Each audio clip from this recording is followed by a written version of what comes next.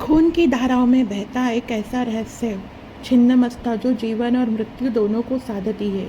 तो चलिए आज हम देखते हैं छिन्नमस्ता देवी। छिन्नमस्ता देवी हिंदू धर्म की एक अत्यंत रहस्यमयी और शक्तिशाली देवी मानी जाती है, जो 10 महाविद्याओं में से एक है। उनका स्वरूप पहली नज़र में बहुत डरावना लग सकता है, लेकिन उनके पीछे गहरा आध्यात्मिक रहस्य छुपा है। छिन्नमस्ता देवी स्वयं का कटा हुआ सिर हाथ में लिए हुए दिखाई देता है। उनके शरीर से 3 रक्त धाराएं निकलती है। एक वे खुद पीती है और बाकी 2 उनकी सहचरियां डाकिनी और वारिनी को पिलाती है। यह रूप अहंकार को त्याग का प्रतीक है, अहंकार के त्याग का प्रतीक है, बलिदान और आत्मनियंत्रण को दर्शाता है, जीवन और मृत्यु के बीच संतुलन को दिखाता है। यह ये भी बताता है कि ऊर्जा हमेशा प्रवाहित रहती है, चाहे सृजन हो या विनाश। देवी को अक्सर एक युगल कामदेव और रति के ऊपर खड़े दिखाई दिया जाता है। इसका अर्थ है वासना पर नियंत्रण और आध्यात्मिक उन्नति। छिन्नमस्ता देवी 10 महाविद्याओं की छठी देवी मानी जाती है। महाविद्याएं शक्ति के विभिन्न गुण रूपों का प्रतिनिधित्व करती है। उनकी पूजा तांत्रिक साधना में की जाती है, जो कुंडलिनी शक्ति जागरण और आत्मज्ञान के लिए पूजते हैं। छिन्नमस्ता देवी का मंदिर राजारप्पा में है, जहां भक्त दूर दूर से उनका दर्शन करने आते हैं। देवी का रूप डरावना नहीं बल्कि गहरा संदेश देता है।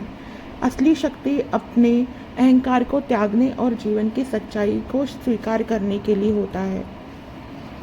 छिन्नमस्ता देवी की पूजा तांत्रिक रूप से की जाती है और उनकी जो पूजा है वो किसी गुरु के अंडर में ही करनी चाहिए, क्योंकि वो बहुत ही शक्तिशाली देवी है।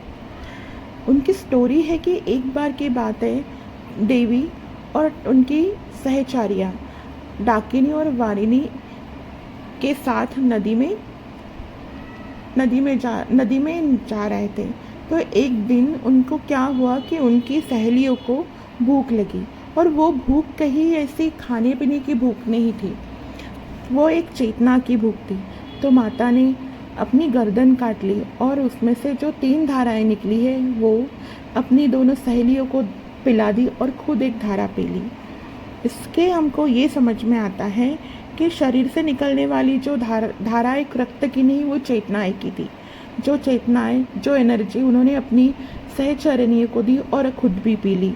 इससे हमको ये समझ में आता है कि अपनी इच्छाओं को कंट्रोल करना चाहिए, अपने अहंकार को ख़त्म कर देना चाहिए और कठिन परिस्थिति में भी हमें मजबूत रहना चाहिए।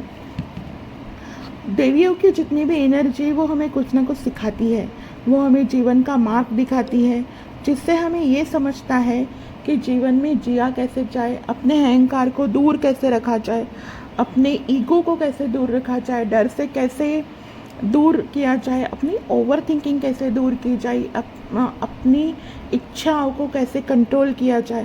क्योंकि जब हम अपनी इच्छाओं को कंट्रोल नहीं करते हैं, वही इच्छा हमारी सर पर बैठकर नाचती है। जब अपनी वासना को कंट्रोल नहीं करते हैं, तो वही वासना हमें दुख और ओवर थिंकिंग दिखाती है।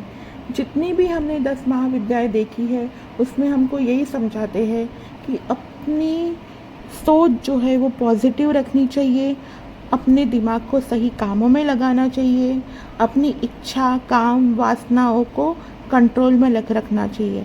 अगर हम